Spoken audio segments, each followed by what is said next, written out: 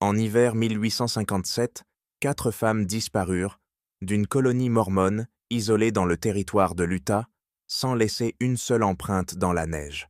Leur mari, Ezekiel Whitmore, affirma qu'elles étaient bien parties rendre visite à leur famille dans l'Est, un voyage impossible durant l'un des hivers les plus rudes jamais enregistrés dans la région.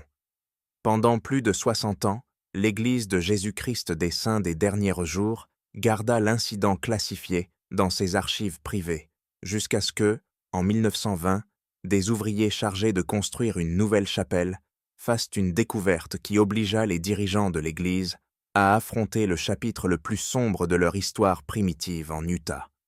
Ce qu'ils trouvèrent enfoui sous les fondations du bâtiment remit en question tout ce que la communauté croyait savoir sur la foi, la famille et le prix à payer pour bâtir Sion, au cœur du désert. Avant de poursuivre l'histoire d'Ezekiel Whitmore et de l'hiver qui changea tout, rappelons que cette chaîne ne s'adresse pas à tout le monde, seulement à ceux qui ont le courage de dévoiler les mystères que l'histoire a tenté d'ensevelir. Si vous êtes prêt à entendre des récits qui vous feront douter de ce qui s'est réellement passé dans le passé américain, abonnez-vous et activez la cloche de notification. Et dites-moi dans les commentaires, de quel état écoutez-vous cette histoire? Êtes-vous assez courageux pour entendre la vérité sur les premières colonies mormones? Découvrons-le ensemble. La découverte de 1920 allait prouver que certains secrets sont trop terribles pour rester enfouis à jamais. Le territoire de l'Utah, en 1847, était une terre de rêves impossibles et de réalités écrasantes.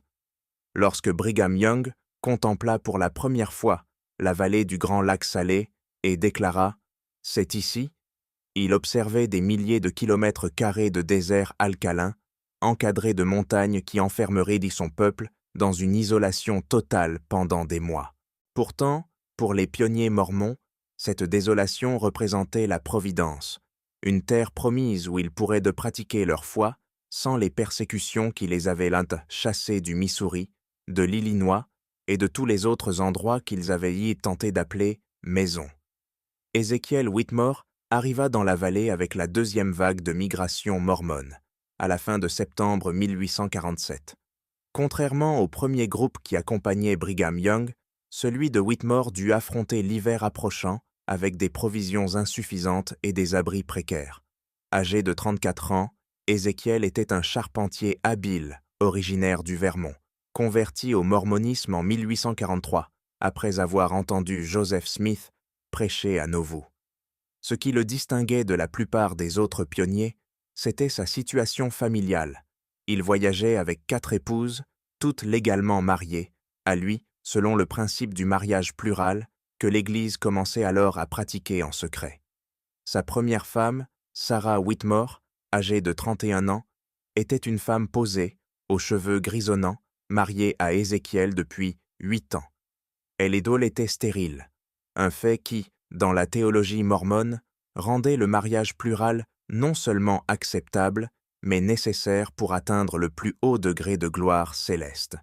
C'est Sarah elle-même qui avait choisi Rebecca Thornton, 27 ans, comme deuxième épouse d'Ézéchiel en 1845. Rebecca était instruite, chose rare pour une femme de son époque, et savait lire l'anglais et l'allemand. Elle remettait plus ouvertement en question la doctrine de l'Église que ne le faisaient la plupart des hommes mormons, mais Ézéchiel semblait apprécier ses contributions intellectuelles aux discussions familiales. Mary Kellerman devint la 3e épouse au début de 1847, juste avant le départ vers l'Ouest.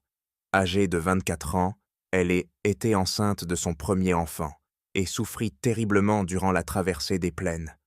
Ses parents, des immigrants allemands, étaient morts pendant la période de Nauvoo, ne lui laissant d'autre famille que celle des Whitmore.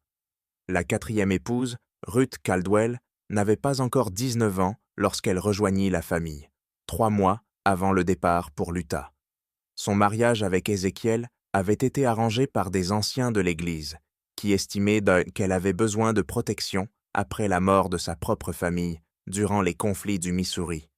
La famille Whitmore s'établit dans ce qui allait devenir Mill Creek, à environ 8 miles au sud-est de la principale colonie du Grand Lac Salé. Ézéchiel choisit l'endroit parce qu'un petit ruisseau y offrait de l'eau toute l'année et que la terre semblait fertile pour l'agriculture. Mais surtout, l'isolement convenait à son tempérament. C'était un homme réservé, préférant la compagnie de ses épouses et de son travail aux obligations sociales de la communauté.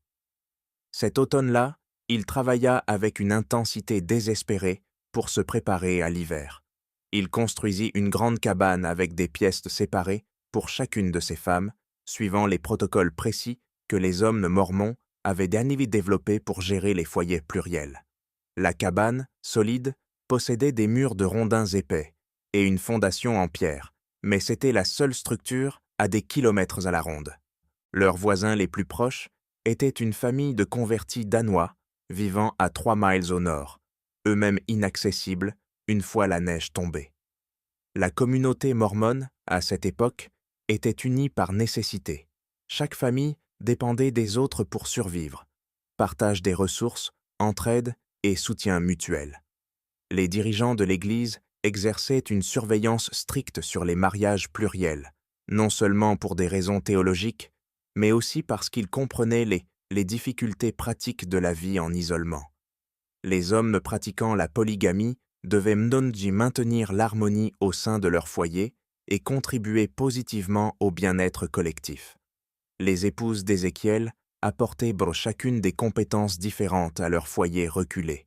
Sarah gérait les affaires domestiques avec une efficacité tranquille, organisant les réserves alimentaires et la production textile pour l'hiver.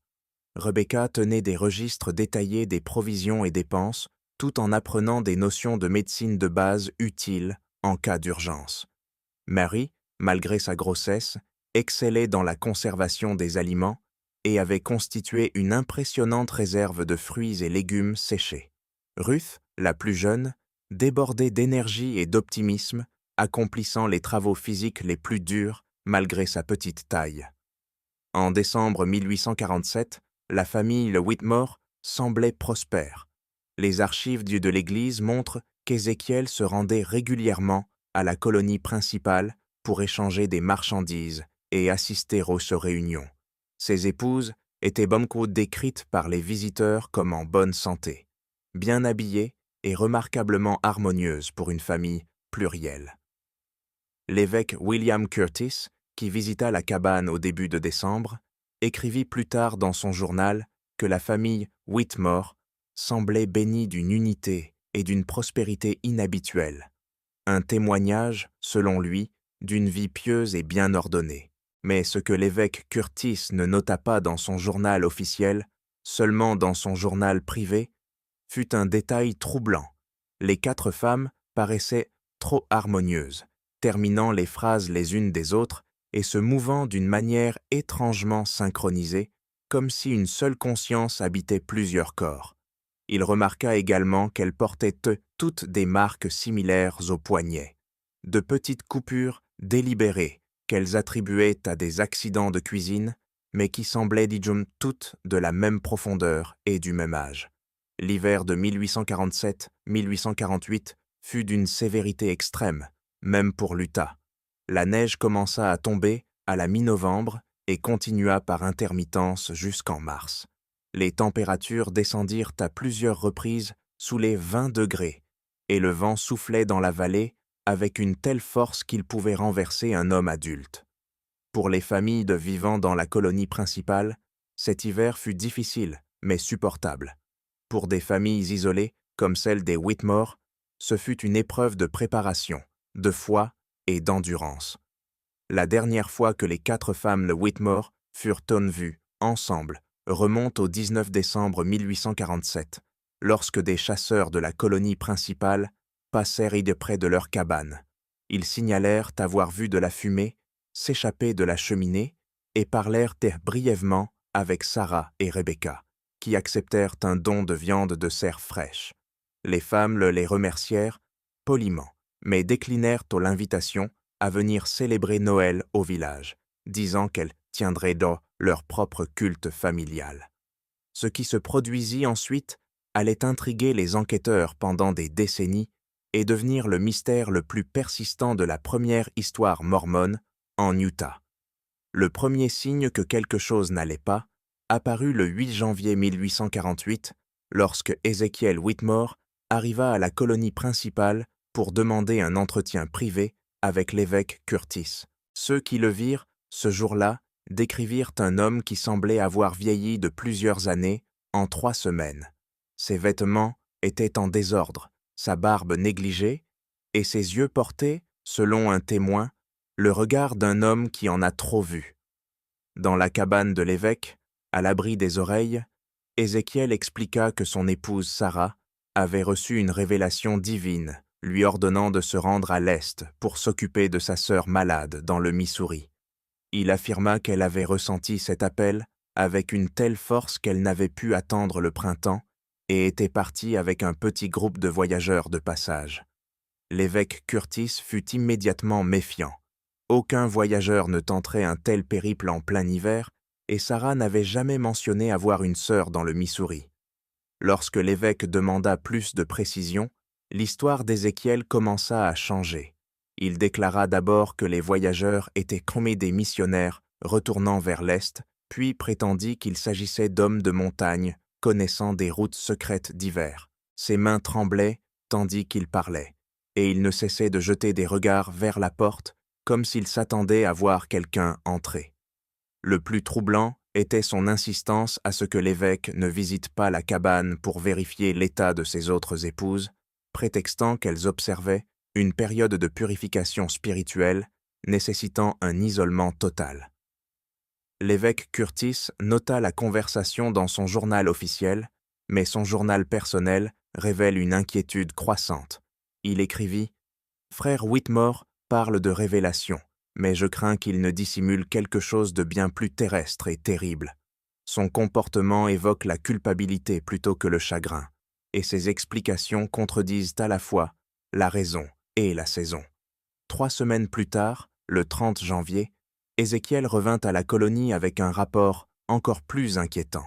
Il affirma que Rebecca avait, elle aussi, reçu un appel divin pour partir vers l'Est, cette fois pour enseigner dans une école missionnaire. Elle serait partie avec un autre groupe de voyageurs, n'emportant que le strict nécessaire. L'évêque exigea de savoir quels voyageurs pouvaient donc bien traverser le territoire de l'Utah en février, et la réponse d'Ézéchiel fut incohérente, remplie de références aux voies mystérieuses de Dieu et aux épreuves de la foi. Cette fois, l'évêque Curtis insista pour visiter la cabane afin de parler aux épouses restantes. Ézéchiel devint agité, affirmant que Mary et Ruth étaient trop malades pour recevoir des visiteurs, souffrant d'une fièvre possiblement contagieuse. Il promit de les amener à la colonie dès qu'elles seraient rétablies. Mais les soupçons de l'évêque étaient désormais trop forts pour être ignorés. Le 3 février, il organisa un groupe de 5 hommes pour se rendre à la cabane des Whitmore. Le trajet à travers les collines enneigées fut périlleux et dura presque toute la journée, malgré la courte distance. À leur arrivée, ils trouvèrent Ézéchiel seul, assis près d'un feu trop faible pour chauffer la grande bâtisse. Il les accueillit avec une courtoisie nerveuse, mais ses explications sur l'absence de ses épouses avaient l'âme de nouveau changé. Il prétendit désormais que Mary et Ruth, guéries, avaient bien décidé de rejoindre Sarah et Rebecca vers l'Est, accompagnés de trappeurs qui leur garantissaient un passage sûr. L'évêque demanda à voir les effets personnels des femmes. Ézéchiel leur montra plusieurs chambres visiblement vidées à la hâte. Les vêtements, livres et objets personnels avaient disparu, mais les meubles lourds et les ustensiles de cuisine demeuraient, chose étrange pour des femmes censées être parties définitivement. Pire encore, on remarqua des signes de creusement derrière la cabane. Ézéchiel expliqua qu'il agrandissait la cave à provisions en vue de l'hiver suivant, mais le sol gelé et l'ampleur des fouilles paraissaient disproportionnées. Lorsqu'un des hommes fit remarquer la difficulté de creuser dans une terre gelée, Ézéchiel répliqua sèchement que l'œuvre de Dieu exige de la persévérance, même dans les conditions les plus dures. Le groupe passa la nuit dans la cabane, et plusieurs rapportèrent plus tard un profond malaise. La maison était trop silencieuse. Aucun bruissement de jupons, aucune conversation feutrée, aucun signe de présence féminine. Le repas servi par Ézéchiel se composait uniquement d'aliments conservés, alors que du pain frais ou des produits laitiers auraient-ils dû être disponibles si les femmes vivaient encore là. Le plus dérangeant se produisit durant la nuit. Thomas Garrett, un des visiteurs, fut réveillé par un bruit de sanglots venant de sous le plancher.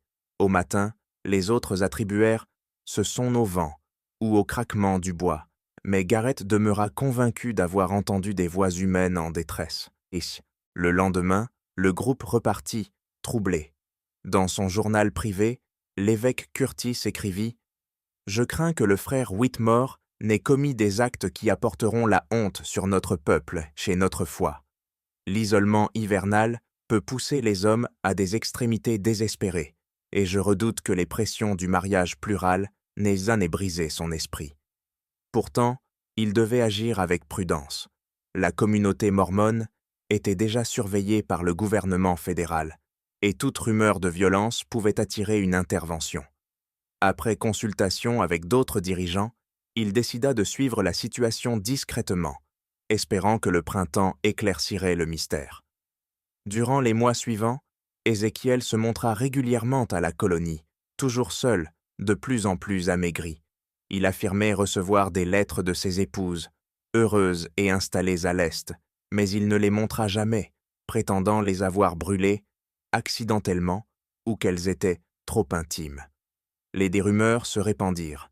Certains pensaient qu'il les avait réellement envoyées ailleurs. D'autres soupçonnaient un crime. Lorsque la neige fondit en avril 1848, l'évêque Curtis mena enfin une enquête complète sur la propriété. Ce qu'il découvrit le hanterait à jamais. La cabane semblait abandonnée depuis des semaines. La poussière recouvrait tout. Sous une lame de plancher, il trouva le journal en cuir de Rebecca, dont la dernière entrée, datée du 20 décembre 1847, disait « dit que nous devons faire le sacrifice ultime pour la famille éternelle, mais je crains que ces révélations ne viennent d'une source plus sombre que le ciel. » Derrière la cabane, le sol remué couvrait une zone trop large pour une simple cave. En fouillant, l'évêque découvrit des fragments de tissu correspondant aux vêtements des femmes et un anneau de mariage appartenant à Sarah. Près du site, plusieurs foyers carbonisés formaient un motif étrange. Parmi les cendres, des fragments brûlés de textes religieux faisaient allusion à l'expiation par le sang et au scellement éternel par le sacrifice, concept mormon mais poussé ici à l'extrême. Dans la chambre d'Ézéchiel, un compartiment caché contenait plusieurs cahiers où il écrivait son obsession croissante pour le principe de consécration ultime, la croyance que Dieu exigeait la vie même de ses fidèles pour atteindre la gloire céleste. Les dernières pages révélaient sa conviction que ses épouses avaient été envoyées pour accomplir cette mission divine. Il écrivait avoir reçu des visions lui révélant la gloire éternelle promise aux familles qui prouvaient dans leur dévotion absolue par le sacrifice suprême. Son écriture devenait de plus en plus désordonnée au fil des pages, et les dernières contenaient donc des références troublantes à l'offrande volontaire de l'innocence et au bain du pouvoir scellant du sang versé. L'évêque Curtis se retrouva face à une situation impossible. Les preuves suggéraient fortement qu'Ézéchiel avait assassiné ses 4 épouses, peut-être dans le cadre d'un rituel religieux perverti. Mais Ézéchiel avait disparu sans laisser la moindre trace de son emplacement ni de ses intentions. Les tentatives de l'évêque pour le retrouver furent vaines. Il s'était tout simplement évanoui dans l'immensité sauvage des territoires de l'Ouest où un homme pouvait se perdre à jamais s'il le souhaitait. Les dirigeants de l'Église prirent alors la décision difficile de classer toute l'affaire comme confidentielle. Ils savaient bien que la révélation publique de ces meurtres présumés fournirait des arguments puissants aux opposants du mouvement mormon et risquerait d'entraîner une intervention fédérale qui mettrait en péril la survie même de leur communauté. Les dossiers officiels furent scellés, et les rares hommes connaissant la vérité jurèrent le secret. La cabane des Whitmore fut discrètement démantelée, et la terre retournée derrière elle, soigneusement restaurée, à son état naturel. L'Église acheta le terrain et le déclara impropre à toute habitation, afin que personne ne découvre par hasard ce qui pouvait encore y reposer. Les 4 épouses furent officiellement enregistrées comme ayant relocalisé vers les États de l'Est, et leur disparition fut expliquée comme une décision familiale de retourner dans des zones plus civilisées. Mais les secrets ont la vie dure, surtout dans les petites communautés où chacun connaît les affaires des autres. Au fil des années, des murmures commencèrent à circuler au sujet de cet hiver, où 4 femmes disparurent, et où la foi d'un homme le mena à commettre l'impensable.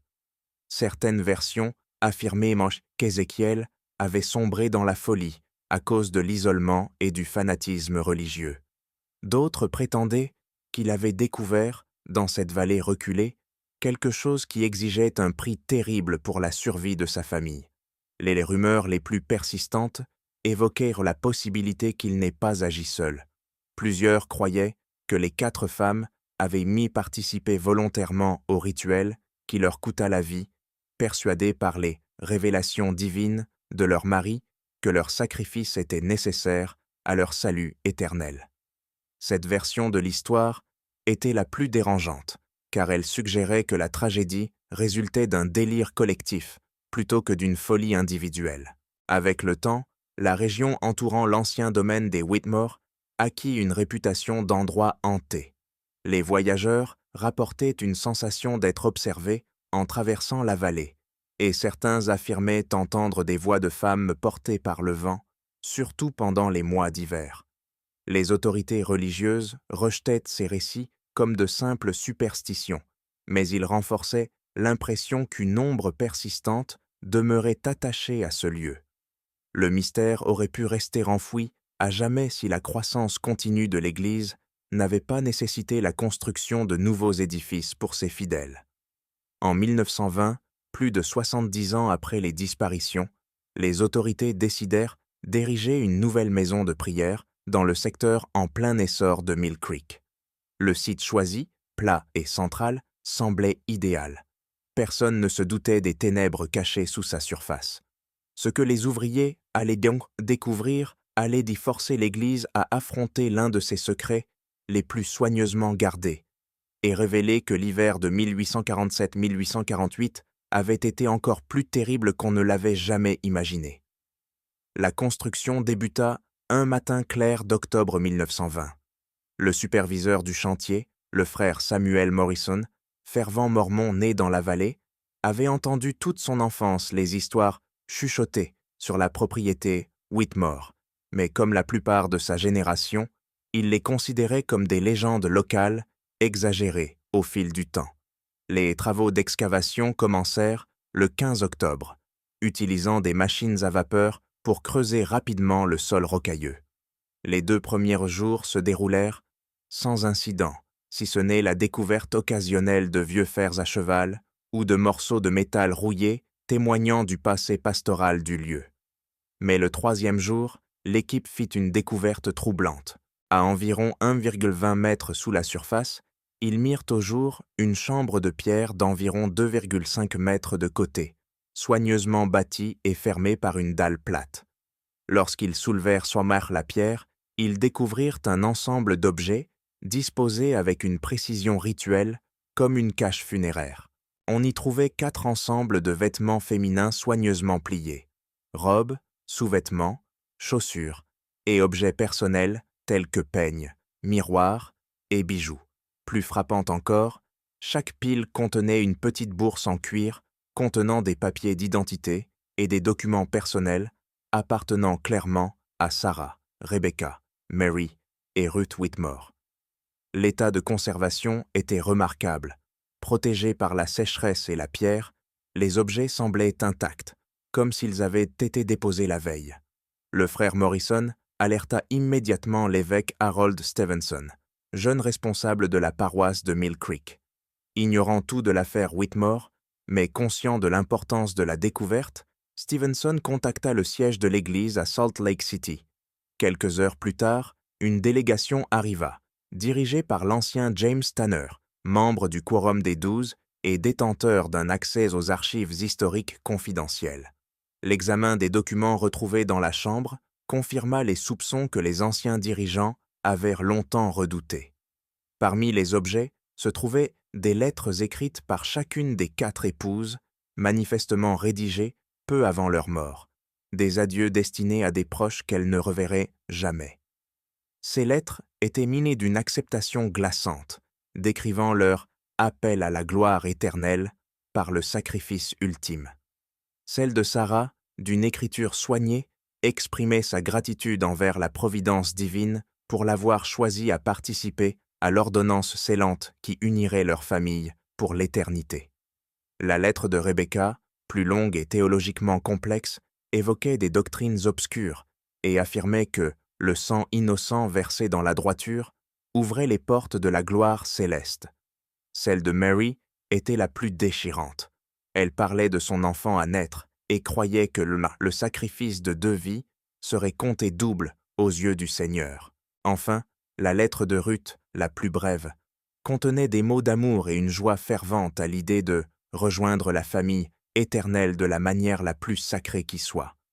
Ces lettres prouvaient que les 4 femmes n'avaient pas été assassinées contre leur volonté, mais qu'elles avaient participé, convaincues d'accomplir un rituel sacré.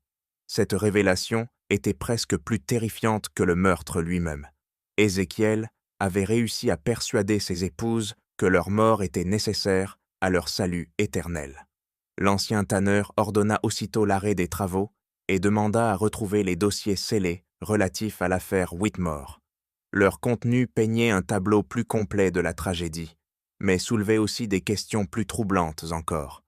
Les notes de l'évêque Curtis, restées secrètes, contenaient des preuves suggérant que la tragédie des Whitmore n'était pas un cas isolé. Dans les carnets d'Ézéchiel figurèrent des correspondances avec d'autres hommes mormons ayant reçu des révélations similaires au sujet du sacrifice ultime de leur famille. Le document le plus inquiétant était une lettre interceptée par l'évêque en 1849, adressée à Ézéchiel dans un camp minier isolé du Nevada. Signée seulement des initiales JM, elle contenait des références codées à l'accomplissement de l'œuvre et exprimait sa satisfaction que le scellement ait été réalisé selon le modèle révélé. La lettre mentionnait aussi que ceux qui avaient reçu le même appel avaient accompli leurs obligations avec foi et dévotion égales. Les preuves suggéraient qu'Ézéchiel n'avait pas agi seul, mais faisait partie d'un groupe secret au sein de la première communauté mormone qui avait développé des interprétations extrêmes de la doctrine de l'Église. Ce groupe croyait apparemment que la manifestation ultime de la foi exigeait le sacrifice de membres de la famille et que de tels sacrifices garantissaient l'exaltation dans le royaume céleste. L'équipe de l'ancien tanneur commença un examen minutieux des premiers registres de l'Église, à la recherche d'autres disparitions inexpliquées ou d'incidents inhabituels pouvant être liés à ce groupe secret. Ce qu'ils découvrirent révéla un schéma de disparition et de tragédie familiale inexpliquées dispersées dans les premières de colonies mormones, mais jamais reliées entre elles. Entre 1847 et 1855, au moins 12 familles mormones avaient signalé la disparition de membres de leur famille dans des circonstances similaires à celles du cas Whitmore. Dans chaque cas, les personnes disparues étaient censées être parties vers l'Est ou avoir reçu des appels pour des missions dans des régions lointaines. Dans la plupart des cas, les rapports provenaient d'hommes affirmant avoir reçu des révélations, les incitant à laisser partir leurs épouses ou leurs enfants pour des raisons spirituelles. Ce schéma, assez subtil pour passer inaperçu des autorités ecclésiastiques de l'époque, suggérait, une fois les cas rassemblés, un effort coordonné d'un groupe secret visant à accomplir ce qu'ils considéraient comme des meurtres sacrés. Les victimes étaient principalement des femmes et des enfants, et les auteurs des hommes réputés pour leur dévotion exceptionnelle à la doctrine et leur rôle de leaders locaux. Le plus troublant fut la découverte que plusieurs de ces hommes entretenaient une correspondance, partageant des justifications théologiques pour leurs actes et s'encourageant mutuellement dans leur mission divine.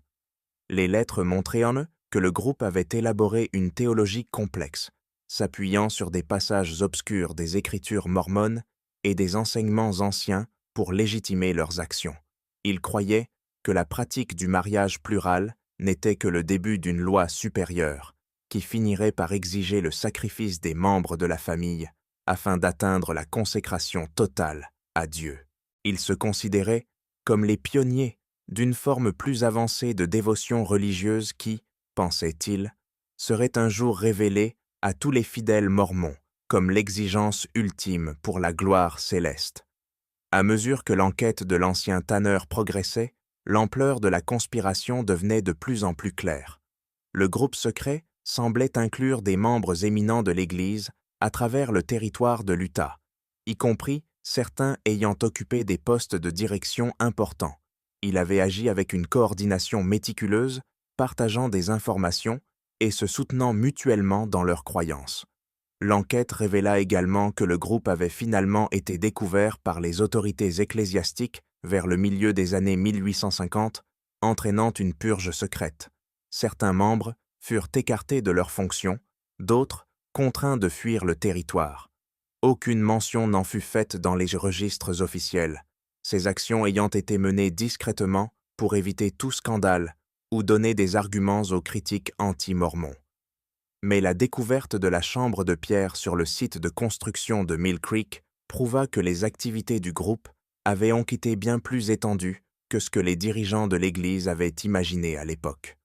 La préservation soigneuse des objets appartenant aux victimes indiquait que les auteurs considéraient leurs actes comme des ordonnances sacrées, nécessitant une documentation et une mémoire appropriée. La question qui hantait l'ancien Tanner et son équipe était de savoir si le groupe avait été complètement éradiqué dans les années 1850 ou si certains membres avaient échappé à la détection et poursuivi leurs activités dans des régions isolées de l'Ouest. Les preuves laissaient entendre que la conspiration avait été plus vaste et mieux organisée qu'on ne l'avait jamais supposé, avec des implications bien au-delà du sort tragique des 4 femmes Whitmore. L'enquête allait bientôt révéler que la chambre de pierre n'était que le début de ce qui reposait sous le site de Mill Creek, et que l'hiver 1847-1848 avait été encore plus terrible que les rumeurs les plus sombres ne le laissaient penser. À mesure que l'équipe de Tanner élargissait les fouilles, elle fit des découvertes de plus en plus inquiétantes, suggérant que la tragédie des Whitmore était bien plus complexe qu'une simple dérive mystique familiale. La chambre contenant les objets des femmes n'était que la première couche d'un site funéraire soigneusement construit, destiné à préserver les preuves d'actes que les coupables considéraient comme sacrés. Sous cette chambre, les fouilles mirent au jour un second niveau, une vaste salle souterraine creusée dans la roche et tapissée de pierres taillées avec soin. Cette salle mesurait environ 3,5 mètres de côté et 1,8 mètres de profondeur, dotée de canaux de drainage qui l'avaient maintenue sèche pendant plus de 70 ans. Les murs étaient couverts de symboles gravés mêlant des motifs mormons traditionnels à des éléments provenant d'autres traditions religieuses, hiéroglyphes égyptiens, symboles maçonniques et représentations de rituels de sacrifices anciens. Le symbole le plus visible était une version modifiée de l'équerre et du compas du temple mormon. Au centre se trouvait un autel de pierre, grossièrement taillé dans le granit local et taché de sang humain, comme l'analyse de laboratoire le confirma plus tard. Autour, 4 plateformes de pierre portées dans les noms Sarah, Rebecca, Mary et Ruth, accompagnées de dates correspondant au mois d'hiver de 1847-1848, ainsi que des passages théologiques gravés, interprétés de façon à justifier la mise à mort rituelle. Une inscription au-dessus de l'autel central proclamait « Il n'y a pas de plus grand amour que de donner sa vie pour ses amis, et plus grand encore est l'amour qui offre la vie des bien-aimés pour la gloire de Dieu. » Mais la découverte la plus choquante survint lorsque l'équipe creusa sous les plateformes. Chacune dissimulait une tombe soigneusement préparée, contenant des restes humains momifiés par des techniques sophistiquées.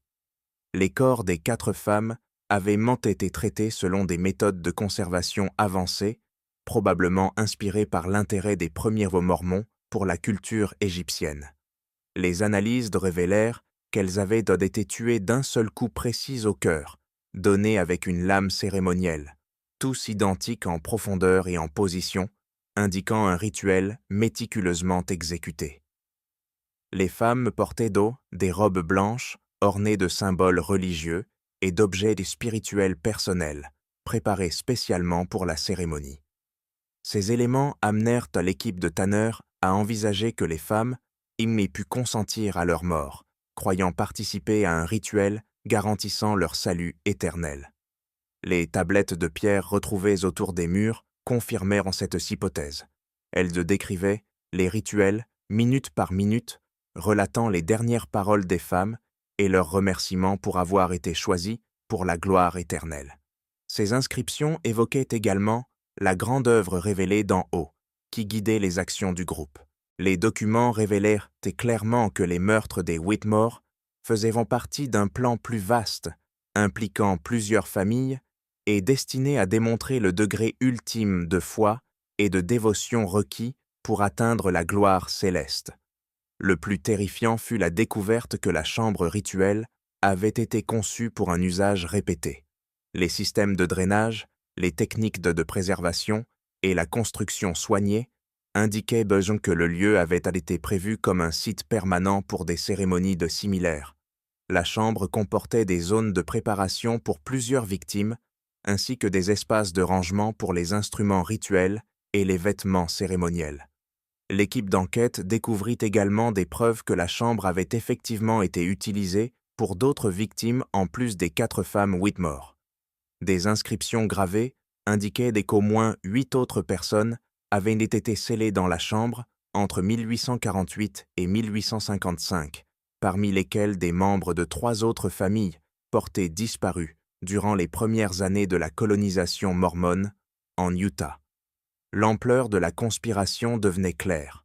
Le groupe secret avait opéré pendant près d'une décennie, pratiquant des meurtres rituels qu'il croyait nécessaires pour atteindre le plus haut degré de dévotion religieuse.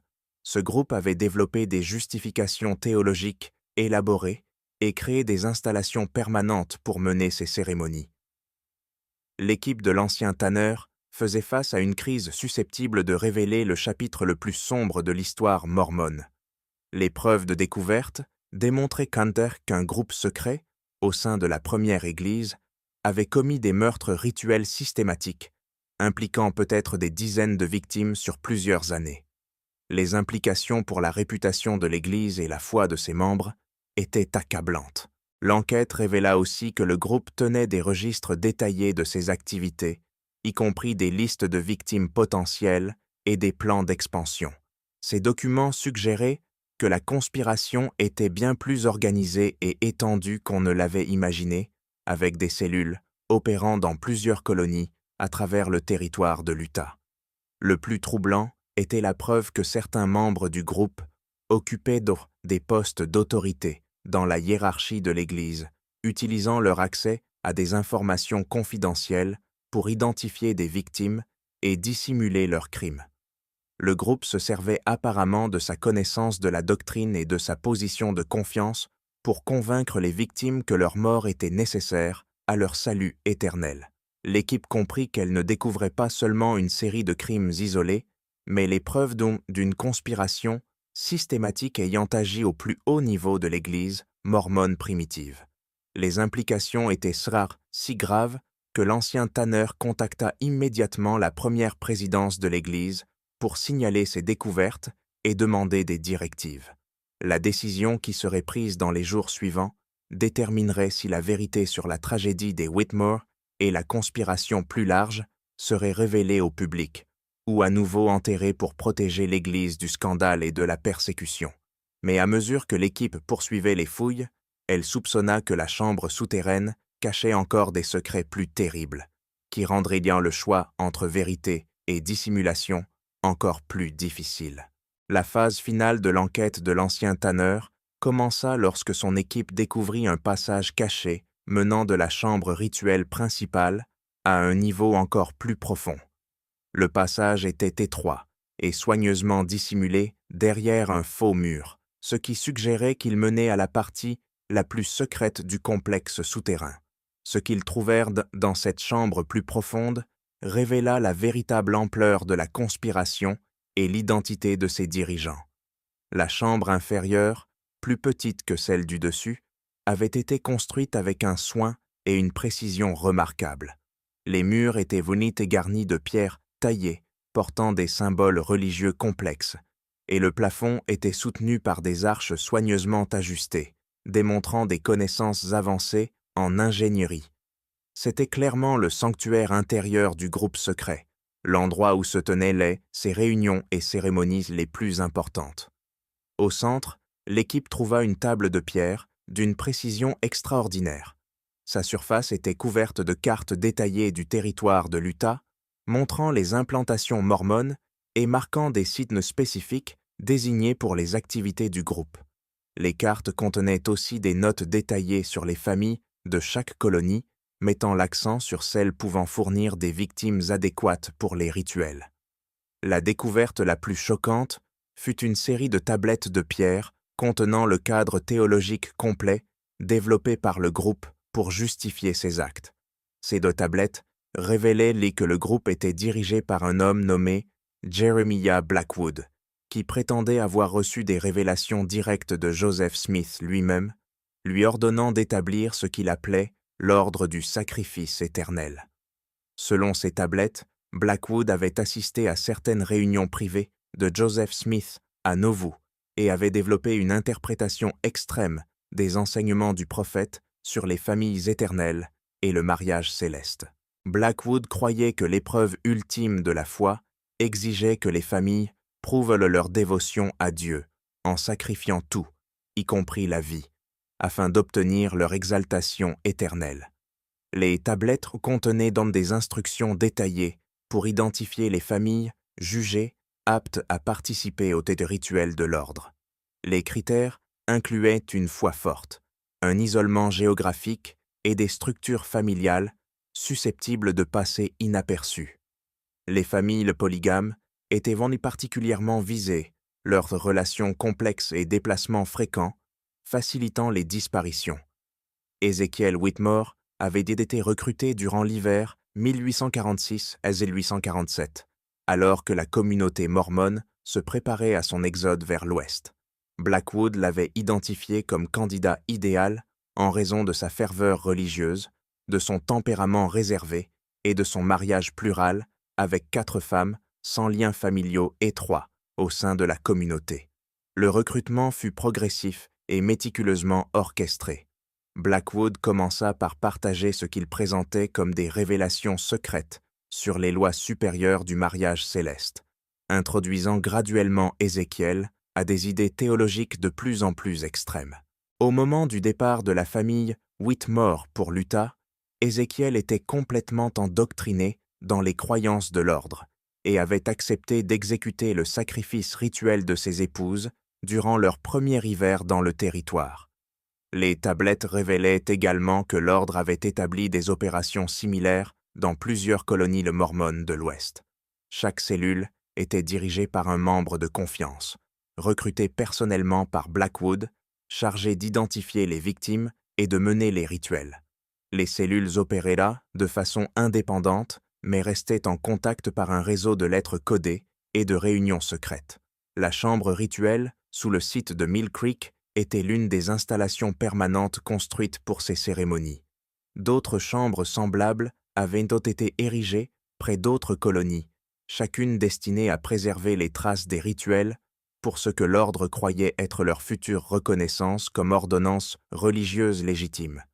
Les tablettes contenaient des récits détaillés des rituels menés à Mill Creek. Chaque cérémonie suivait un modèle précis mis au point par Blackwood, inspiré de pratiques anciennes de sacrifices et de rituels du temple mormon primitif. Chaque cérémonie durait plusieurs jours et comprenait des préparations, des enseignements théologiques et des rituels finaux que les participants croyaient voir sceller leurs familles éternelles dans la plus haute gloire céleste. Le récit des derniers jours de la famille Whitmore était conservé avec une horreur saisissante. Le rituel commença le 20 décembre 1847 avec la participation volontaire de Sarah, convaincue que son acte assurerait l'exaltation éternelle de sa famille. Chacune des autres épouses participa à son tour au fil des semaines suivantes. Le dernier rituel, impliquant Ruth, ayant lieu le 15 février 1848. Les tablettes décrivaient comment chaque femme passa ses derniers jours en prière et en préparation, persuadée que son sacrifice ouvrirait les portes de la gloire céleste pour toute sa famille. Elles écrivirent donc des lettres, préparèrent leurs vêtements funéraires et prirent part à des cérémonies qu'elles croyaient être des ordonnances divines, révélées directement par Dieu. Le plus troublant fut la révélation que les femmes non seulement avaient sans somme consenti à leur mort, mais s'étaient activement encouragées mutuellement à participer au baiser rituel. Les tablettes contenaient leurs conversations enregistrées, montrant comment elles avaient renforcé la foi les unes des autres et exprimé leur enthousiasme face à leur appel à la gloire éternelle par le sacrifice ultime. L'équipe d'enquête découvrit également des preuves que l'ordre prévoyait d'étendre considérablement ses opérations. Les tablettes contenaient des listes de dizaines d'autres familles ciblées pour le recrutement, ainsi que des plans détaillés pour établir de nouveaux sites rituels à travers les territoires de l'Ouest. L'ordre croyait apparemment que leur pratique serait éventuellement reconnue comme une doctrine religieuse légitime et deviendrait un critère standard pour atteindre les plus hauts degrés de gloire éternelle. Mais les tablettes révélaient aussi pourquoi les activités de l'ordre avaient pris fin au milieu des années 1850. Les autorités de l'Église avaient recommencé à détecter le schéma des disparitions et avaient lancé une enquête secrète qui permit d'identifier plusieurs membres de l'ordre. L'enquête avait été dirigée par Brigham Young lui-même, qui avait reconnu la menace que représentait l'ordre pour la survie de la communauté mormone en Utah. La réponse de l'Église fut rapide et décisive. Les membres connus de l'ordre furent silencieusement excommuniés et contraints de fuir le territoire, tandis que d'autres furent réassignés dans des zones reculées où leurs activités pouvaient en être plus facilement surveillées. Les sites rituels furent scellés ou détruits, et tous les documents de l'enquête furent classés pour empêcher la connaissance publique de la conspiration. Jeremiah Blackwood disparut lui-même lors de la répression de l'Église, prétendument en fuyant vers la Californie, où il continua de recruter des partisans pour ses croyances extrémistes. Certains rapports suggéraient qu'il avait établi de nouvelles cellules de l'ordre dans des camps miniers et des colonies de frontalières, mais ces activités n'avaient jamais été officiellement confirmées. Les tablettes contenaient aussi le dernier message de Blackwood à ses disciples, écrit peu avant sa disparition.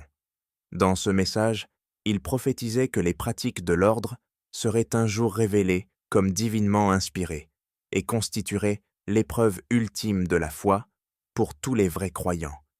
Il ordonnait à ses partisans de préserver leurs archives et de continuer leur œuvre en secret jusqu'au moment de la révélation publique des lois supérieures. L'équipe de l'ancien tanneur comprit qu'elle avait mis au jour les preuves de la crise la plus grave de l'histoire mormone primitive, une conspiration secrète ayant opéré au plus haut niveau de l'Église et abouti au meurtre rituel de dizaines de victimes innocentes. Les implications pour la réputation de l'Église et la foi de ses membres étaient catastrophiques. Les preuves soulevaient également des questions troublantes sur ce que les dirigeants de l'Église savaient des activités de l'ordre et depuis quand.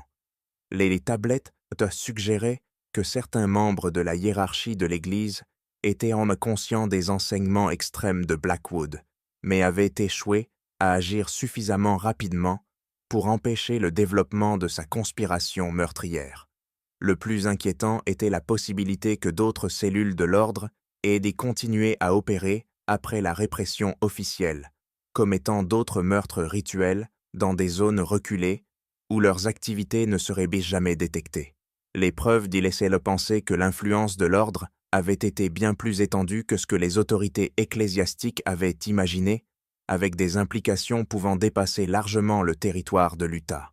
Alors que l'ancien tanneur préparait son rapport final sur l'enquête, il se trouva confronté à un choix impossible. Les preuves de découverte montraient qu'un groupe secret, au sein de l'Église mormone primitive, avait commis des meurtres rituels systématiques, impliquant peut-être des centaines de victimes, sur près d'une décennie. La vérité sur l'ordre du sacrifice éternel révélerait le chapitre le plus sombre de l'histoire mormone et pourrait détruire la foi de millions de croyants dans le monde entier. Mais l'alternative, cacher les preuves et laisser les victimes oubliées, était tout aussi impensable. Les familles de Sarah, Rebecca, Mary et Ruth Whitmore, ainsi que toutes les autres victimes des rituels de l'ordre, méritaient que leurs histoires soient racontées et leurs morts reconnues. La décision reviendrait finalement aux plus hautes autorités de l'Église, mais l'ancien Tanner savait que quel que soit le choix fait, il aurait des conséquences répercutées à travers des générations de croyants mormons et façonnerait la relation de l'Église avec son propre passé pour des décennies. La réunion qui devait déterminer le sort de l'enquête de l'ancien Tanner eut lieu dans les chambres privées de la première présidence le 15 novembre 1920. Étaient présents le président Heber J. Grant, ses conseillers et les membres les plus seniors du quorum des 12 apôtres. L'ancien Tanner présenta ses conclusions lors d'une séance de 3 heures, décrite par un participant comme la présentation la plus sobre et troublante de l'histoire de l'Église. Les preuves étaient indéniables. Les chambres de pierre, les restes préservés, les tablettes détaillées, tout montrait une conspiration systématique opérant dans la communauté mormone primitive, ayant conduit à la mort de dizaines de victimes innocentes. L'ordre du sacrifice éternel avait existé, et son influence avait été bien plus vaste qu'imaginé. La réponse du président Grant fut mesurée mais décisive. Après consultation avec ses conseillers et accord unanime du quorum des 12, il prit la décision qui définirait la relation de l'Église avec ce sombre chapitre de son histoire. Les preuves seraient conservées dans les archives les plus sécurisées de l'Église, accessibles uniquement aux plus hauts dirigeants. Les victimes seraient discrètement commémorées lors de services mémoriels spéciaux, réservés aux autorités ecclésiastiques, mais la vérité sur l'ordre du sacrifice éternel ne serait jamais révélée au public. La décision était justifiée à plusieurs niveaux.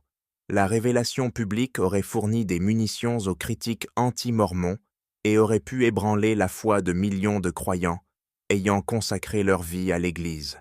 Les preuves indiquaient également que l'ordre avait été éliminé avec succès dans les années 1850, signifiant qu'il n'existait plus de menace pour la sécurité publique. Surtout, les victimes et leurs familles avaient suffisamment souffert. Exposer leurs histoires à l'examen public et au sensationnalisme n'aurait fait qu'aggraver leur tragédie. Le site de construction de Mill Creek fut discrètement déplacé ailleurs. Les chambres souterraines furent remplies de béton et scellées de façon permanente. Les tablettes de pierre et autres artefacts furent transportés dans une salle forte spéciale à Salt Lake City, où ils rejoignirent d'autres documents historiques sensibles, jugés trop dangereux pour le public. L'ancien Tanner fut chargé de rédiger un rapport complet à conserver pour les futurs dirigeants de l'Église, mais il jura également un secret absolu sur ses découvertes. Les quelques ouvriers et responsables d'Églises impliqués furent transférés dans des missions éloignées et contraints de signer des accords stricts les empêchant de parler de ce qu'ils avaient à ce vu. L'explication officielle du retard des travaux à Mill Creek fut des conditions géologiques inattendues, nécessitant des modifications du plan de construction. La nouvelle maison de réunion fut achevée 6 mois plus tard, à 5 km du site original, et servit la communauté croissante de Mill Creek pendant des décennies, sans que personne ne sache la tragédie découverte et dissimulée à proximité. Mais l'enquête révéla plus que de simples crimes historiques. Elle identifia également des preuves suggérant que l'ordre du sacrifice éternel n'avait peut-être pas été complètement éliminé dans les années 1850. Plusieurs tablettes mentionnaient des frères de l'Ouest ayant transmis les enseignements de l'ordre à des camps miniers et colonies frontalières en Californie, au Nevada et au Colorado. Ces références laissaient penser que certains membres de l'ordre avaient échappé à la répression de l'Église et poursuivi leurs activités hors de son autorité.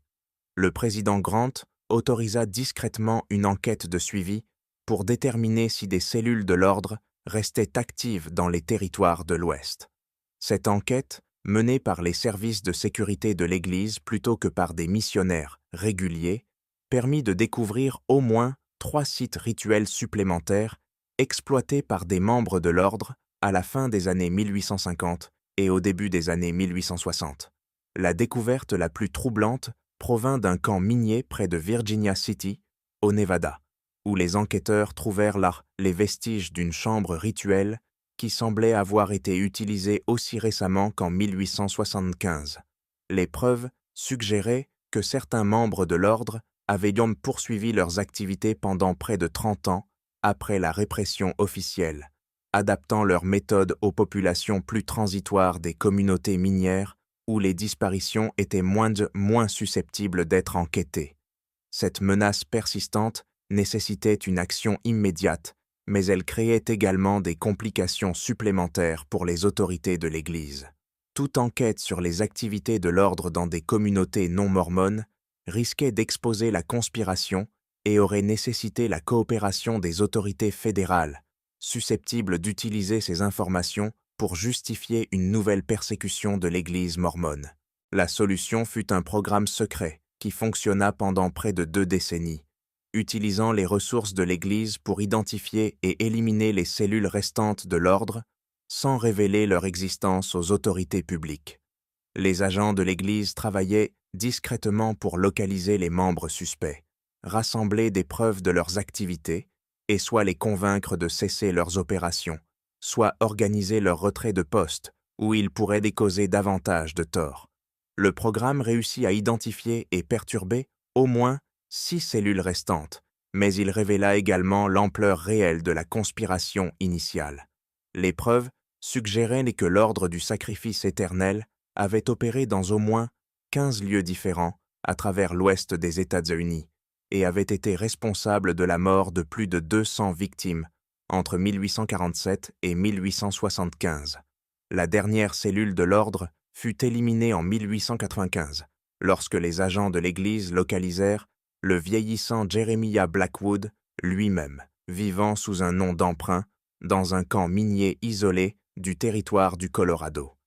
Blackwood, alors dans les 70 ans, continuait à pratiquer ses croyances extrêmes et avait recruté un petit groupe de disciples qui avaient exécuté au moins 12 meurtres rituels supplémentaires au cours de la décennie précédente. La capture de Blackwood et la saisie de ses vastes archives marquèrent tôt la fin de l'ordre du sacrifice éternel en tant que menace active. Mais elles fournirent également aux autorités de l'Église une image complète de la conspiration pour la première fois. Les archives révélèrent donc que l'ordre avait été beaucoup plus organisé et influent que quiconque ne l'avait imaginé, avec des liens vers d'autres groupes religieux extrémistes et une influence sur la théologie mormone primitive dépassant largement le territoire de l'Utah. La campagne secrète de l'Église contre l'ordre ne fut jamais reconnue publiquement, et la grande majorité des fidèles mormons ignoraient qu'une telle conspiration avait jamais existé au sein de leur communauté. Les victimes des rituels de l'ordre étaient commémorées uniquement lors de cérémonies privées auxquelles assistaient les autorités de l'Église, et leurs noms étaient ajoutés à des registres mémoriels confidentiels, honorant leurs sacrifices tout en cachant les circonstances de leur mort. L'ancien tanneur termina son service à l'Église avec distinction, sans jamais révéler ce qu'il avait découvert sous le site de construction de Mill Creek.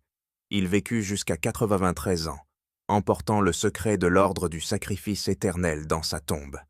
Ses papiers personnels, scellés après sa mort en 1963, ne contenaient qu'une brève référence à « l'enquête la plus difficile de ma vie » et une prière pour que les victimes de foi extrême trouvent la paix dans la gloire éternelle qu'elles cherchaient pas par de si terribles moyens. Les chambres de pierre sous Mill Creek restent scellées aujourd'hui, leur contenu préservé comme preuve d'un des chapitres les plus sombres de l'histoire religieuse américaine. La vérité sur Ezekiel Whitmore et ses 4 épouses, ainsi que sur les centaines d'autres victimes de l'ordre du sacrifice éternel, repose toujours dans les archives les plus sécurisées de l'Église, connues uniquement de quelques de privilégiés portant le fardeau de cette terrible connaissance. Les autorités ecclésiastiques modernes ont parfois débattu pour savoir si le moment était venu de révéler la vérité sur l'ordre, mais chaque génération a finalement conclu que le mal potentiel l'emportait sur tout bénéfice d'une divulgation publique. Les victimes de la foi extrême de l'ordre restent officiellement répertoriées comme des pionniers, ayant quitté vers des destinations inconnues, leur véritable sort étant dissimulé par plus d'un siècle de secrets institutionnels. Aujourd'hui, la région de Mill Creek abrite des communautés suburbaines prospères, des centres commerciaux et des églises modernes qui servent des milliers de familles mormones fidèles. Peu d'habitants savent que leur quartier fut autrefois le site de chambres rituelles où des dizaines de personnes innocentes périrent dans la quête de la gloire éternelle. La vérité sur l'hiver 1847-1848, lorsque 4 femmes disparurent sans laisser de traces dans la neige, reste l'un des secrets les plus soigneusement gardés de l'histoire mormone. Si ce secret sera un jour révélé ou restera enterré à jamais sous le poids de la protection institutionnelle et du passage du temps, est une question que seules les générations futures de dirigeants de l'Église pourront trancher.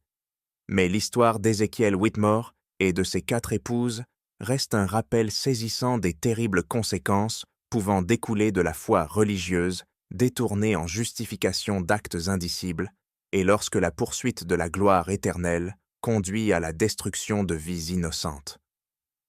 Le mystère commencé avec 4 femmes disparues dans une cabane isolée de l'Utah avait révélé une conspiration remettant en question tout ce que la communauté mormone croyait de son histoire primitive. Et au final, le choix entre vérité et dissimulation avait façonné la relation de l'Église avec son passé d'une manière qui continue d'influencer ses dirigeants et fidèles plus d'1 siècle plus tard. Alors que l'on pensait avoir découvert la vérité complète sur l'ordre du sacrifice éternel, de nouvelles questions continuent d'émerger. Si cette histoire vous a glacé le sang, imaginez quels autres secrets pourraient être enfouis dans l'histoire religieuse américaine. Cliquez sur « J'aime » si vous croyez que certaines vérités sont trop terribles pour être révélées, et abonnez-vous pour rejoindre notre communauté de courageux explorateurs des mystères les plus sombres de notre passé. Qu'en pensez-vous? L'Église mormone devrait-elle révéler toute la vérité sur l'ordre, ou certains secrets valent-ils mieux rester enfouis? Partagez cette vidéo avec quelqu'un capable de gérer ces révélations sombres, et dites-moi dans les commentaires quels autres mystères religieux vous aimeriez que nous enquêtions. La vérité était là, attendant ceux qui sont assez courageux pour la chercher.